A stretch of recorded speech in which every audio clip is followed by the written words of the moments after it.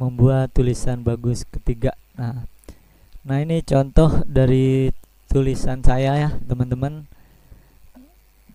Saya anggap bagus karena mendapat respon yang banyak ya teman-teman. Ini tulisan saya yang di Facebook. Tulisan ini mendapat respon 179.000 ya. 179.000 di like dan 47.000 di komentari ya. 47.000 orang di komentari, 47.000 kan banyak ya. Terus 98.000 kali dibagikan sama orang, berarti ratusan ribu orang sudah membaca tulisan ini ya teman-teman.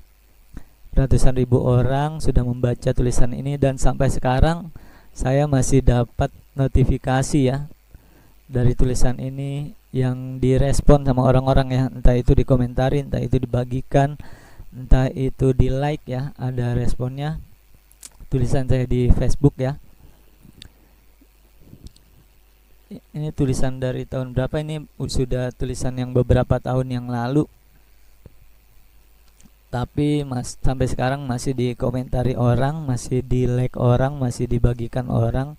Berarti ini tulisan yang bagus ya. Bagus atau jeleknya sebenarnya penilaian bukan dari kita ya teman-teman.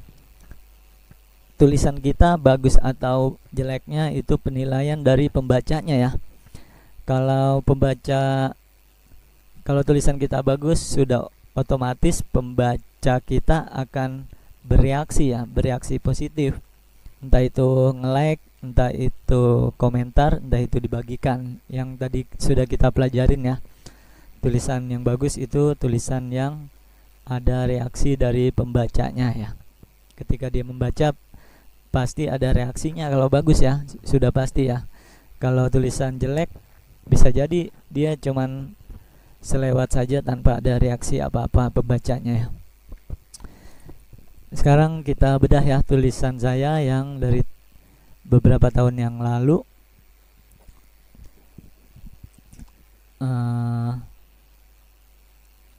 Beberapa tahun yang lalu saya tulis, tapi masih mendapat reaksi dari pembaca. Coba kita bedah sedikit ya. Contoh tulisan yang bagus.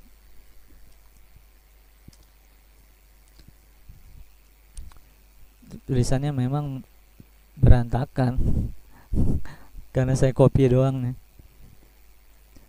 Saya beresin dulu ya teman-teman. Ketika istri saya melahirkan anak kedua ya, ketika kelaminnya digunting dan dirobek dokter sampai dubur. Jadi ini tulisan saya yang kisah nyata ya teman-teman. Ini ketika itu, waktu itu istri saya melahirkan anak, dan anak yang di dalam kandungan itu terlilit ari-ari ya. Kemudian setelah melahirkan, setelah semuanya sudah beres, sudah stabil, maka saya tulis ya supaya tidak lupa. Niatnya saya menulis ini untuk diri saya pribadi ya. Rata-rata semua tulisan-tulisan saya itu niatnya untuk diri saya sendiri ya. Saya posting di Facebook supaya tidak hilang dan supaya menjadi inspirasi juga untuk teman-teman yang lain. Tapi banyak reaksi dari teman-teman pembaca, maka menjadi tulisan yang bagus dan viral ya. Jadi isi dari tulisannya begini teman-teman.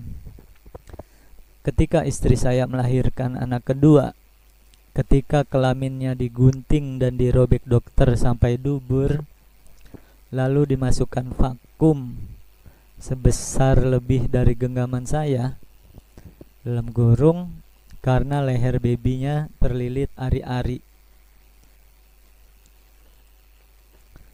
Terus ketika saya menceboki istri saya yang sedang buang air dan tidak bisa duduk,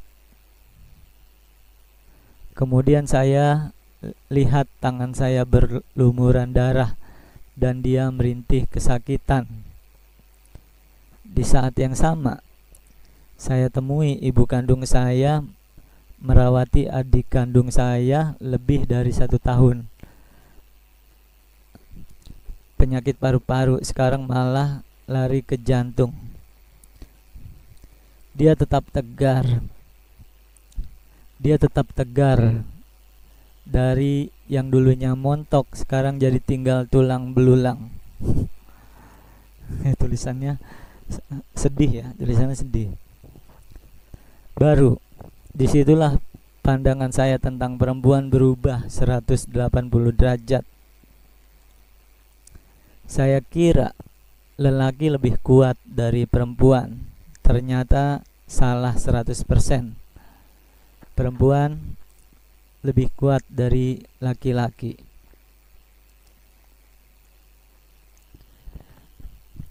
Saya kira laki-laki lebih mulia dari perempuan. Ternyata saya salah 100%. Wanita lebih mulia dari laki-laki.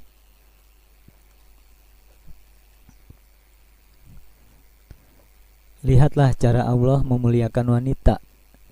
Jika kita harus berbakti, kepada siapa kita harus berbakti? Ibumu, ibumu, ibumu, lalu ayahmu.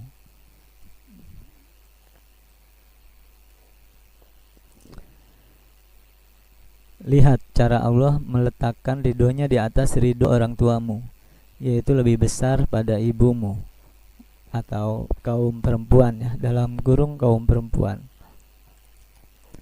Lihat cara Allah meliburkan kaum perempuan untuk sholat.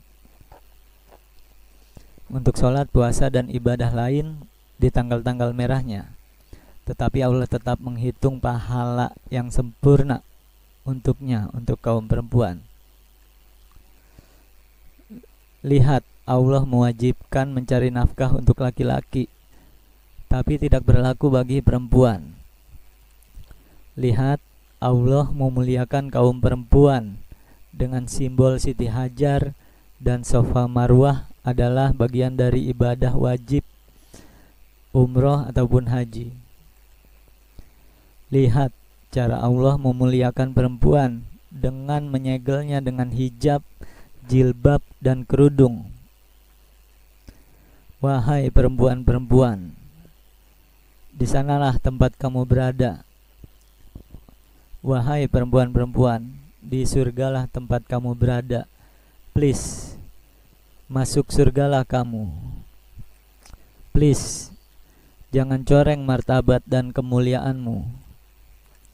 Please, aku mohon, wahai laki-laki. Baper nih orang yang baca ini, baper ya teman-teman.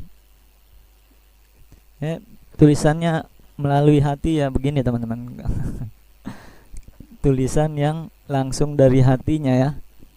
Please, aku mohon, wahai laki-laki, muliakanlah apa yang telah Allah muliakan, yaitu kaum perempuan. Jadi tulisan ini tercipta dari pengalaman kisah nyata saya ya. Tulisan ini tercipta dari pengalaman kisah nyata saya. Jadi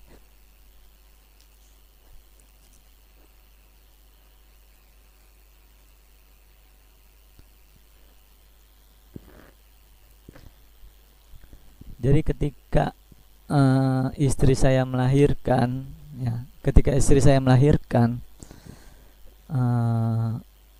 bayi yang ada di dalam perutnya itu terlilit ari-ari ya,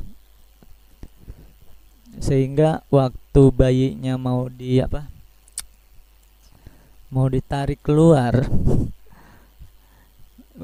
harusnya kan bayi itu lahir kepalanya duluan ya. Nah ini kakinya duluan yang keluar. Jadi kepalanya tertinggal di dalam perut dan terlilit ari-ari.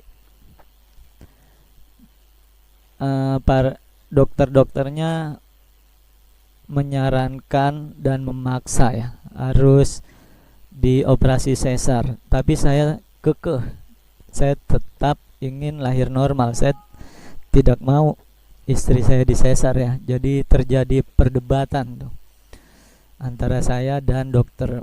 Emosi ya.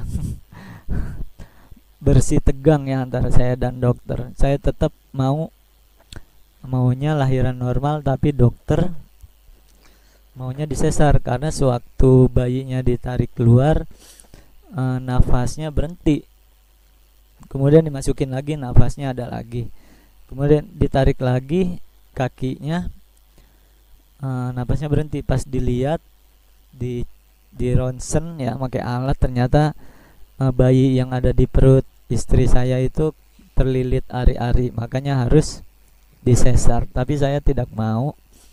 Ya sudah, saya mau ganti rumah sakit aja, kata saya. Kalau tidak bisa lahir normal, saya mau ganti rumah sakit aja. Nah, dokter tetap mau sesar, tapi saya tidak mau. Dan saya mau siap-siap ganti rumah sakit karena dokternya tidak mau tidak mau lahir normal, maunya sesar biar cepat gitu ya. Atau mungkin berbahaya untuk si bayi, tapi saya tetap ingin lahiran normal. Nah, setelah bersih tegang, akhirnya dokter punya ide ya. Jadi bayinya ini di kop ya. Didatengin ini dulu, didatengin. Kalau di sana ada dukun beranak ya. Jadi yang tadinya kakinya duluan yang keluar bisa diputar sama dia. Bisa diputar, dan bisa kepalanya muter, itu jadi kepalanya keluar duluan dan kepalanya dikop ya, dikop sama dokter, ditarik paksa bersama ari-ari yang terlilit dari dari leher si bayi itu. Sampai pas udah lahir, bayi saya ini kayak alien ininya, kepalanya lonjong ke depan ya, panjang ke depan karena ditarik dengan kop. Kop itu seperti alat yang kalau WC mampet itu ada alat yang di ini ya, buat narik sampahnya, itu seperti itu ya, di kop. Kepalanya ditarik pakai kop sehingga kepalanya lonjong ke atas ya. Dan kelamin istri saya digunting ya, itu persis di depan mata kepala saya sendiri ya. Saya menyaksikan itu. Nah, langsung saya tulis ya tulisannya. Saya tulis tulisannya ketika istri saya melahirkan anak kedua, ketika kelaminnya digunting dan dirobek dokter sampai dubur, lalu dimasukkan vakum ya. Vakum sebesar dari genggaman tanah ya, genggaman tangan saya. Karena leher bayinya terlilit ari-ari. Nah, itu tulisannya begini. Padahal yang aslinya lebih dramatis lagi ya. Kejadian nyatanya lebih dramatis lagi dari tulisan ini ya. Bisa tuh kalau saya tulis sesuai dengan fakta secara rinci, pasti lebih bagus lagi ya tulisannya. Terus di sisi lain ya, di sisi lainnya nanti ada ibu saya yang lagi sakit juga. Ini saya nulisnya gini, ketika sudah selesai, anak sudah keluar, terus istri saya kesakitan karena kan kelaminnya digunting ya, jadi nifasnya juga keluar banyak. Nah, di rumah yang cebokin saya, kalau istri saya buang air kecil, buang air besar, saya yang cebokin ya. Kemudian saya tulis gini, ketika saya menceboki istri saya yang sedang buang air dan tidak bisa duduk karena yang tadi ya, karena sehabis melahirkan dan masih berdarah, kelaminnya digunting juga. Ya, teman-teman bisa merasakan ya di tulisan ini bagaimana sakitnya ya, bagaimana perihnya orang yang sehabis melahirkan. Kemudian saya lihat tangan saya berlumuran darah ya. Sehabis nyebokin saya lihat tangan saya berlumuran darah dan istri saya merintih kesakitan ya. Kemudian di satu sisi di saat yang sama saya temui ibu kandung saya sedang merawati adik saya lebih dari 1 tahun ya. Jadi adik saya punya penyakit ya, waktu itu penyakit paru-paru. Terus ada bakteri di paru-parunya, kemudian lari ke jantung. Itu selama 1 tahun ibu saya terus menerus merawat adik saya ya. Saya lagi bercerita tentang perempuan ya teman-teman ya. Ini kisah nyata, saya lagi berbicara tentang perempuan.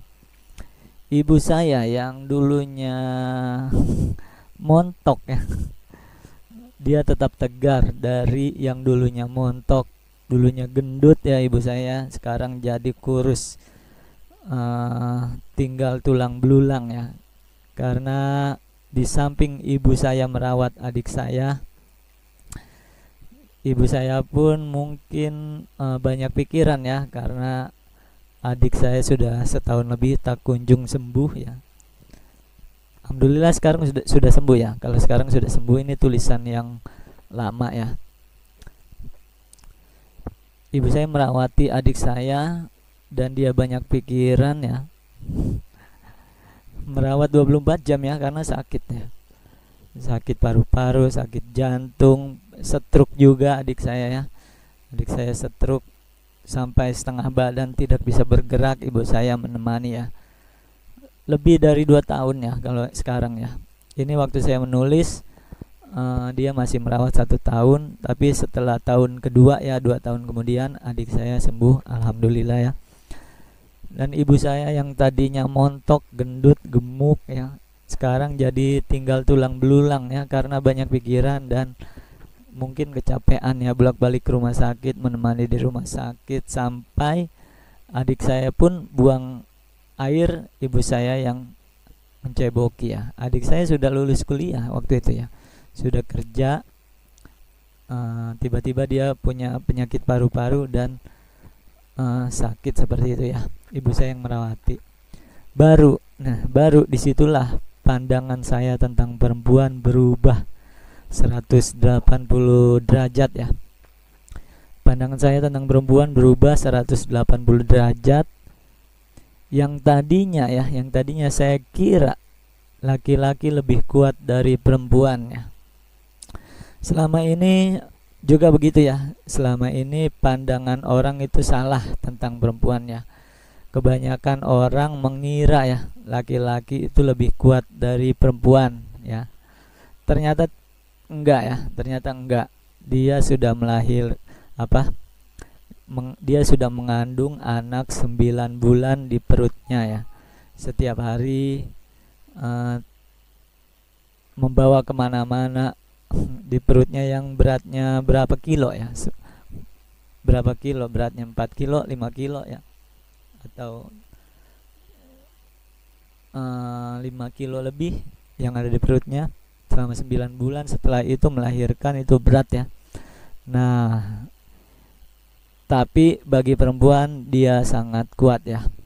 Saya kira lelaki lebih kuat dari perempuan, karena laki-laki itu tulang punggung keluarga ya. Ternyata enggak. Perempuan itu lebih kuat dari laki-laki ya. Ternyata saya salah 100%. Perempuan itu lebih kuat dari laki-laki ya. Setelah kejadian-kejadian yang saya alami, jadi saya tersadar bahwa perempuan itu lebih kuat dari laki-laki. Laki-laki kuatnya di ego saja ya. Laki-laki itu egonya besar, kuatnya di situ aja ya. Egonya besar, tapi kekuatan itu lebih kuat dari perempuan ketimbang laki-laki. Saya kira laki-laki lebih, itu yang pertama. Yang pertama, laki-laki lebih kuat, perempuan itu lebih kuat dari laki-laki. Terus yang kedua, saya kira laki-laki lebih mulia dari perempuan ya. Saya kira ya. Ternyata saya salah 100%. Ternyata wanita lebih mulia dari laki-laki ya, teman-teman. Nah, jadi saya menulis ini, ternyata wanita lebih mulia dari laki-laki. Buktinya lihat Allah sendiri yang memuliakan perempuan ya. Allah sendiri yang memuliakan perempuan. Buktinya lihat cara Allah memuliakan wanita. Jika kita harus berbakti ya, kata Allah apa? Jika kita harus berbakti, kepada siapa kita harus berbakti ya? Kata Rasulullah, berbaktilah kepada ibumu ya. Kita harus berbakti kepada ibu, lalu kepada ayah. Ibunya 3 kali, ayahnya 1 kali. Ini perintah dari Allah ya. Berarti menunjukkan perempuan itu lebih mulia daripada laki-laki ya. Ini yang kebanyakan orang salah tentang laki-laki dan perempuan. Dia kira laki-laki itu lebih mulia dari perempuan, padahal enggak. Perempuan lebih mulia daripada laki-laki ya. Jangan sombong ya. Buktinya Allah menempatkan 3 kali lipat untuk perempuan dalam baktinya ya. Kepada siapa kamu berbakti? Kata Rasulullah, kepada ibumu, lalu ayahmu ya. 3 kali ibu, 1 kali ayah. Terus selanjutnya, lihat cara Allah meletakkan ridhonya di atas ridho orang tuamu ya. Jadi ridho Allah itu tergantung ridho orang tua ya. Murka Allah itu tergantung murka orang tua ya. Jadi Allah tergantung kedua orang tua. Lihat cara Allah memuliakan. Lihat cara Allah meletakkan ridhonya di atas ridho orang tuamu, yaitu lebih besar pada ibumu ya, kaum perempuan. Jadi keridhoan itu lebih besar kepada ibu ya. Jadi ridho Allah itu tergantung ridho orang tua. Murka Allah itu tergantung murkanya orang tua. Dan Allah meletakkan ridho kepada orang tua lebih besar ridho kepada ibu ya. Lebih besar ridho kepada ibu. Orang tua kan ada 2 ya, ayah dan ibu. Allah meletakkan ridho yang terbesar itu kepada ibu ya, karena dia sudah mengandung 9 bulan, menyusui 2 tahun ya, dan merawat anak-anaknya dari kecil sampai besar ya.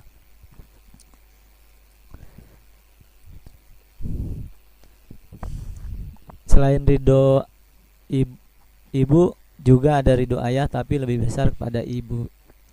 Lihat cara Allah meliburkan kaum perempuan ya untuk sholat, puasa, ibadah. Jadi kalau perempuan lagi haid ya, perempuan gak usah sholat, gak usah puasa, tidak usah ibadah apapun, maka sudah Allah catatkan amal ibadah yang selama ini dia lakukan. Misalkan dia rajin sholat, maka haid tidak sholat. Selama dia tidak sholat, maka pahala sholatnya pun sudah dicatat walaupun dia tidak sholat. Waktu puasa pun dia tidak puasa karena lagi haid, dikasih dispensasi sama Allah, tidak usah puasa, tapi dia sudah tercatat pahala puasanya ya. Tapi memang kalau puasa wajib harus dibayar ya, tapi sudah dicatat puasa walaupun dia tidak puasa. Lihat cara Allah meliburkan kaum perempuan untuk sholat, puasa, dan ibadah lain di tanggal-tanggal merahnya, tapi Allah tetap menghitung pahala yang sempurna untuknya, untuk kaum perempuan. Terus juga cara Allah memuliakan kaum perempuan. Lihat, Allah mewajibkan mencari nafkah untuk laki-laki, tapi tidak berlaku bagi perempuan. Mencari nafkah itu wajib untuk laki-laki ya, untuk perempuan tidak wajib ya. Perempuan tidak mencari nafkah pun tidak dosa ya, tapi laki-laki tidak mencari nafkah itu dosa, karena mencari nafkah wajib untuk laki-laki, tapi tidak diwajibkan bagi perempuan. Ini dispensasi dari Allah, salah satu cara Allah memuliakan kaum perempuan ya. Lihat Allah selanjutnya, Allah memuliakan perempuan. Lihat Allah memuliakan kaum perempuan dengan simbol Siti Hajar dan Safa Marwah adalah bagian dari ibadah wajib ya. Kita kalau ibadah haji dan ibadah umroh ada bulak-balik ya, berjalan atau berlari-lari kecil dari Safa ke Marwah, itu rukun haji dan rukun umroh ya. Itu simbol dari perjuangan Siti Hajar yang sedang mencari air untuk Nabi Ismail. Maka dengan kesusahannya Siti Hajar mencari air untuk bayinya Ismail, dia mencari air di bukit Safa dan Marwah, itu di gunung ya. Bukit Safa dan Marwah itu gunung, dia lari dari Safa ke Marwah. Itu lumayan panjang ya, ada berapa kilo ya? Ada berapa kilo dari Safa ke Marwah, dari Marwah ke Safa, lari-lari sampai 7 hari. Maka diwajibkan bagi orang yang haji atau orang yang umroh jalan atau berlari kecil dari bukit Safa ke Marwah. Itu simbol pengagungan kepada perempuan. Terus lihat cara Allah memuliakan perempuan dengan menyegelnya dengan hijab, jilbab dan kerudung. Perempuan diwajibkan oleh Allah untuk menutup aurat ya, menutup aurat, disegel sama Allah ya, supaya ini salah satu bentuk penghargaan Allah kepada perempuan agar perempuan selalu suci ya, selalu suci, dan dia selalu bersih dan dia selalu mulia ya. Cara Allah memuliakan perempuan ialah dengan menyegel perempuan dengan hijab, dengan jilbab, dengan kerudung, menutup aurat, supaya perempuan lebih suci, lebih bersih dan lebih terhormat ya, ketimbang yang perempuan-perempuan terbuka itu kurang suci ya. Dan ini dalam pandangan Allah ya, bukan dalam pandangan manusia. Perempuan yang tertutup auratnya itu lebih suci dan lebih terhormat. Ini dalam pandangan Allah ya. Terus, wahai perempuan-perempuan, di surgalah tempat kamu berada. Please masuk ke surgalah kamu ya. Please jangan coreng martabat kemuliaanmu ya. Tapi kadang-kadang ada ya beberapa perempuan yang dia tidak mengerti bahwa Allah sudah memuliakan dia dengan caranya Allah, dengan berbagai macam cara, dengan berbagai macam keistimewaan. Tapi banyak perempuan yang kurang mengerti. Maka di sini saya memohon, tolong jangan coreng martabat dan kemuliaanmu. Please, aku mohon, wahai laki-laki. Nah, di sini saya juga berpesan untuk laki-laki, muliakanlah apa yang telah Allah muliakan, yaitu kaum perempuan ya. Ini ya teman-teman yang banyak reaksi ya dari pembaca tulisan yang tadi, banyak reaksi dan banyak disukai dan jadi viral.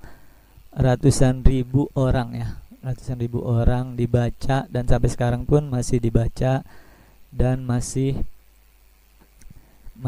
viral ya, masih viral. Demikian teman-teman, kurang lebihnya mohon maaf. Assalamualaikum warahmatullahi wabarakatuh.